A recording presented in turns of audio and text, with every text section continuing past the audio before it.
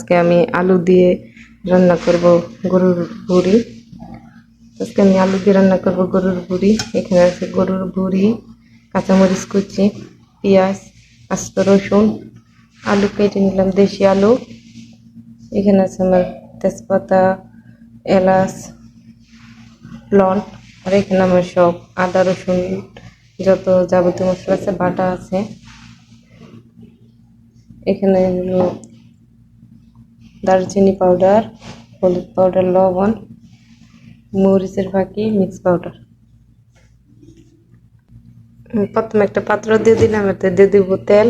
বিসমিল্লাহ।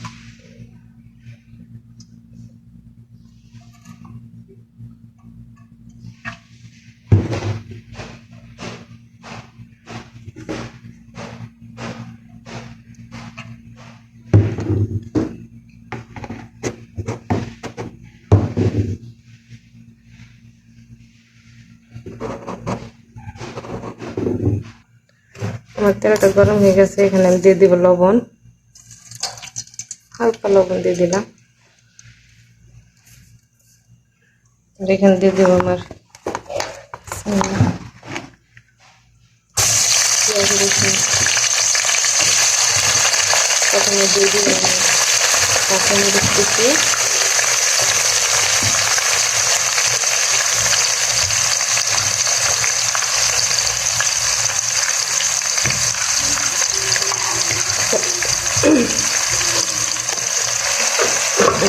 এখন দিয়ে নিব।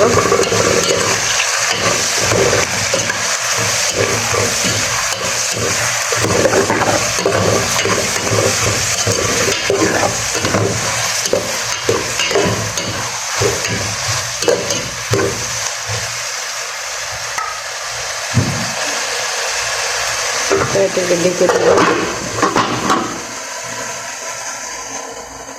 চলুন বন্ধুরা, এদিকে আমার মশলাটা বানিয়ে নেই। তো আমি এখানে আদা রসুন পেঁয়াজ বাটার সাথে আমি দিয়ে দিব পরিমাণ মতো লবণ, দিয়ে দিব মরিচের ফাঁকি। আমি ওইখানে যেহেতু কাঁচা লঙ্কা ইউজ করেছি অনেকগুলো, তাই অল্প পরিমাণ দিলাম। দিয়ে দিব মিক্স পাউডার,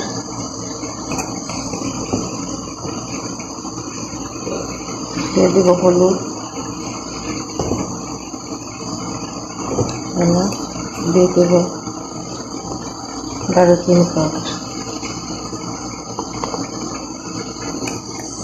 অ্যাড করব ধনিয়ার পাউডার। ধনিয়াটা আমি মিক্স করলাম। এসব করে আমরা মিক্স করে নেব। এতে করে একটা অন্যরকম টেস্ট হয়। আমি মাংসতে এইভাবে মশলাগুলো একসাথে পানিতে মিক্স করে মাখিয়ে দেওয়ার চেষ্টা করি।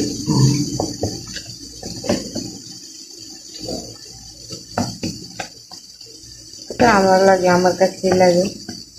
খানার স্বাদ মশলা একটু অন্যরকম হয়, ভালো হয়।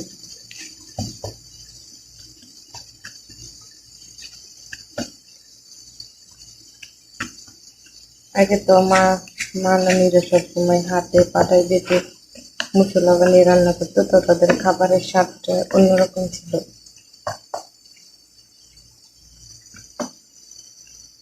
মশলা এইভাবে মাখানোর ফলে এখানে একটু মাশাআল্লাহ অন্যরকম একটা ফ্লেভার এটা হয়েছে, যার গ্রান আমার নাকে আসছে। যদি সম্ভবত মোবাইলে দেওয়া যেত গ্রানটা, তা আপনারা অনুভব করতে পারতেন। যাই হোক, মশলাটা কমপ্লিট, এইভাবে রেখে দিব। আর ওইদিকে দেখবেন না পেঁয়াজ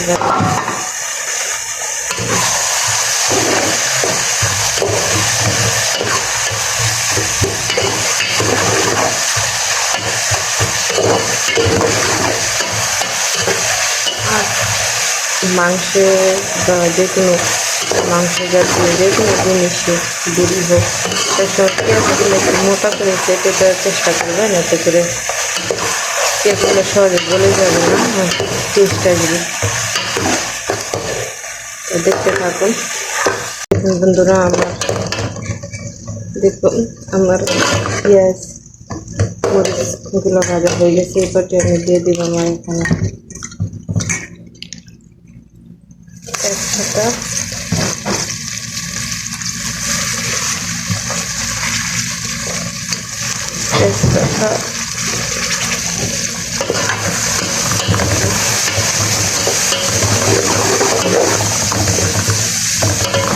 দেওয়ার ফলে এখন আমি এখানে করবো আমার মাখানো মশলাটা।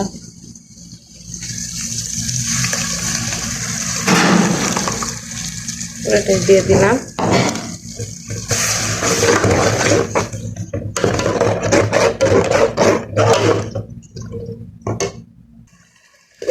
মশলাটা কষিয়ে নিব এখন। আমি এদিকে বসিয়ে দিলাম গরম পানি। আমি সবসময় মাংস হোক, বড়ি হোক, যে কোনো মাংস জাতীয় জিনিসের মধ্যে সবসময় গরম পানি ইউজ করতে পছন্দ করি। তো এটাকে ডেকে দিই। চলুন বন্ধুরা দেখে আসি। মাশাআল্লাহ আমার মশলাটা এখানে কষানো হচ্ছে। তার সাথে আমি একদম বুড়িগুলো দিয়ে কষিয়ে নেব।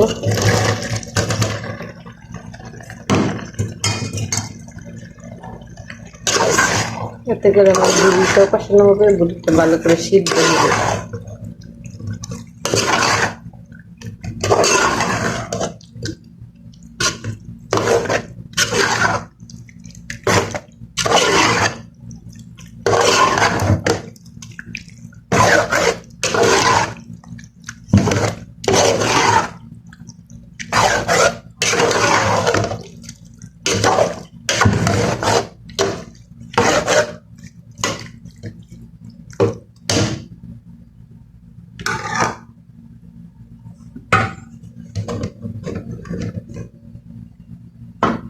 এটাকে ডেকে বন্ধুরা আমার বুড়িটা দেখে আসি। এখানে এটা দিয়ে একটু পানি দিয়ে দিয়েছিলাম কষানোর জন্য। এটা কষতে থাক। দেখলাম আমার কষানোটা প্রায় হয়ে গেছে। এই পর্যায়ে আমি এখানে আমার দেশি আলু এবং আস্তা রসুনগুলো অ্যাড করবো। এর সাথে একটু না কষলে আবার এগুলো মাটি মাটি লাগবে, খেতে কোনো স্বাদ আসবে না।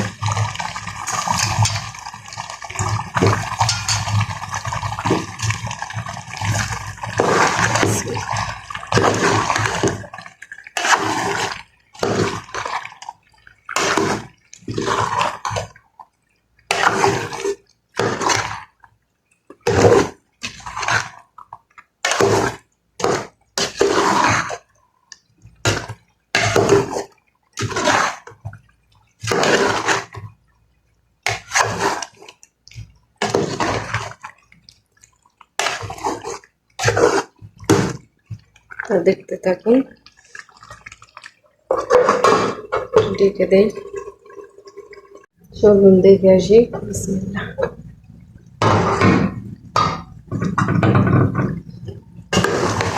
তো আমার কষানোটা একদম কমপ্লিট।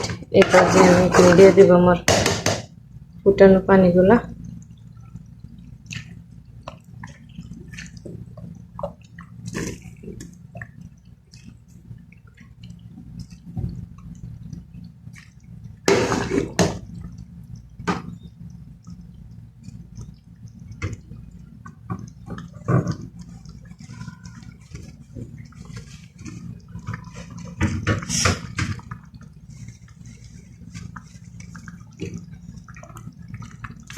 যেহেতু আমার এক হাতে ক্যামেরা আর অন্য হাত দিয়ে এক হাত দিয়ে এটা ওঠানো সম্ভব না, আরো দুর্ঘটনা ঘটতে পারে, তাই আমি এক চামচ দিয়ে দেওয়ার চেষ্টা করতেছি।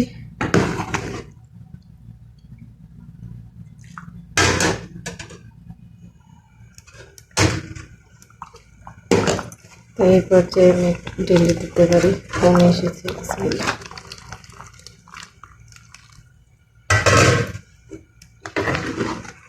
বুড়ি আমার কাছে ভালো করে সিদ্ধ না হলে কাঁচা কাঁচা কোনো ভালো লাগে না।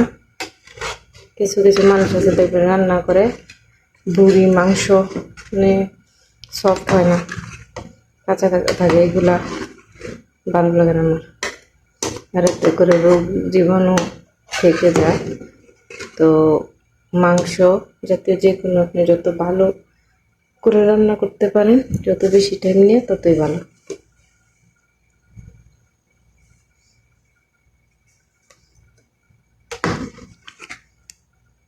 তো দেখতে থাকুন।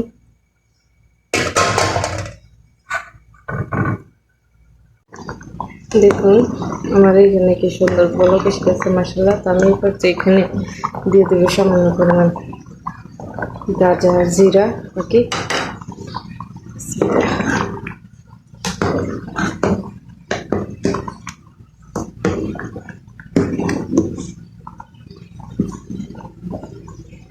দেখুন জলটা দেখুন এই পর্যায়ে এসেছে। তো এটাকে আমি আরো শুকিয়ে নেব।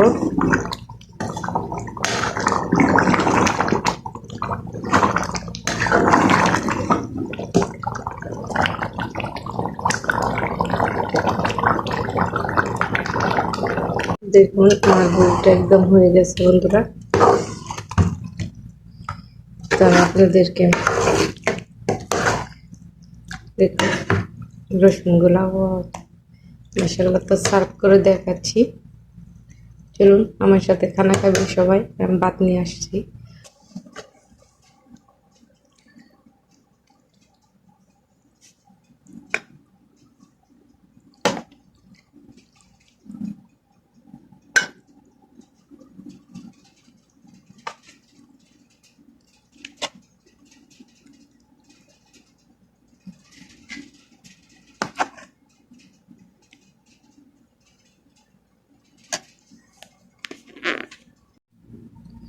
তো আসুন দেখুন বন্ধুরা আমার রেসিপিটা একদম তৈরি। তো কার মন চাচ্ছে চলে আসুন। তো অবশ্যই করে এইভাবে ট্রাই করে দেখতে পারেন, আশা করি ভালো লাগবে। বিসমিল্লাহ। প্রথমে আপনাদের দিই বিসমিল্লাহ।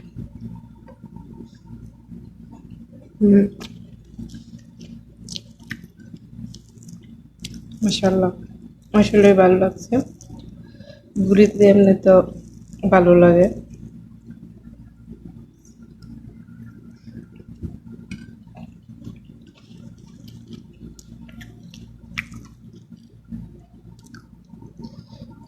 আমার রসুনটা দেখুন, তো এভাবে একটু রসুন নেবেন, ভাতের সাথে মাখাবেন, এর সাথে একটু বুড়ি দিবেন এভাবে, এখন খাবেন।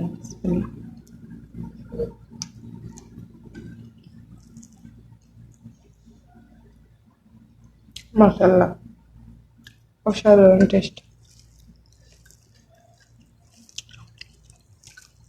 তো অবশ্যই রেসিপি ট্রাই করবেন, আমাকে জানাবেন কেমন হয়েছে। তাই সবাই ভালো থাকবেন। আজকের ভিডিও পর্যন্ত। আল্লাহ হাফেজ।